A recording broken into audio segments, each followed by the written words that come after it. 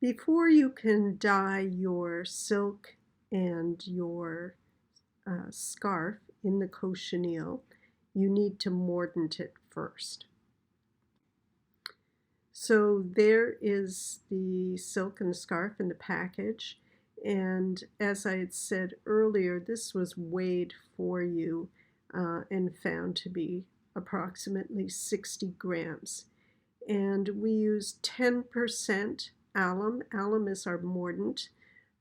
It's very earth-friendly, people-friendly. In fact, you may have seen it when you've gone to the supermarket. It would be sold in the spice section, and it's used in pickling. So it's safe to have in your kitchen if that's where you end up doing this. So I had mentioned that it's already been weighed out for you, so ultimately you'll be just dropping that into the pot when the time comes. First, though, you have to soak your fabric. And so run some water. I would say warm would be fine, not hot, because there's wool in the scarf. You don't want to risk shrinking. And I use Synthropol, but any kind of, you could even use dish detergent, that would be fine. So put enough water to cover the fabric nicely and a bit of detergent and leave it for at least an hour. Here it is sitting. And after it's sat for at least an hour, and it could be longer, that doesn't present any problem, you need to rinse it and get all of those suds out. And rinse it gently because of the wool again. Wool, as soon as you start agitating it, it will start to shrink. And I'm sure everyone's probably had that experience where maybe you threw a wool sweater into the wash and God forbid you put it in the dryer. It used to fit you and then it fits your dog after it. So you really don't, you want to be gentle with the wool.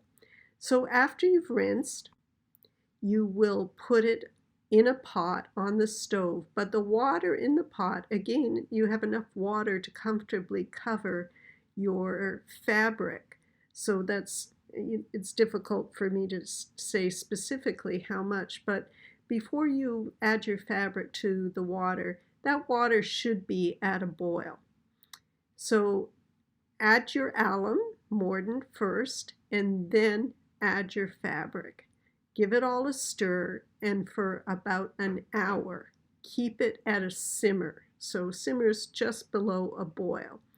After an hour, you can turn off the element and just let it sit. Ideally, letting it sit overnight would be great.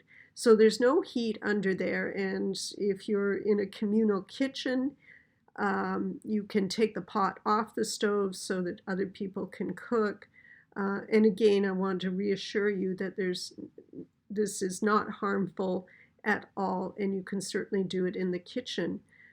Some of you may not have access to a stove, and we do have some single burner hot plates that we can lend you. So just let me know if you need to borrow one of those. After the following day, or it doesn't need to be overnight, it could be for a few hours, you're just going to rinse the fabric gently again. That's it. Then your fabric is mordanted.